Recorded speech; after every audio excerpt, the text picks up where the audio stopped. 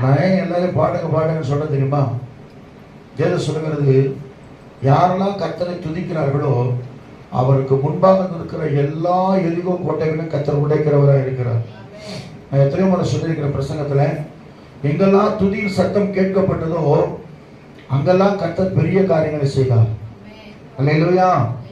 2 நாள் புஸ்தகம் 20ஆம் அதிகாரத்தில் அவர் பாடி துதி செய்ய தொடங்கின பொழுது யாருக்கு விரோதமா? யோசபாத்துக்கு விரோதமாய் வந்த ராஜாக்கள் ஒருவருக்கு ஒரு விட்டுண்டு மடிந்து போனான்னு சொல்லி வேதம் சொல்லுகிறது. அது வரைக்கும் அமைதியாக இருந்த கர்த்தர் பாடி துதி செய்யும் போது அவர் இறங்கினார் என்று வேதத்துல வாசிக்கிறோம். அல்லேலூயா சொல்லுவோமா?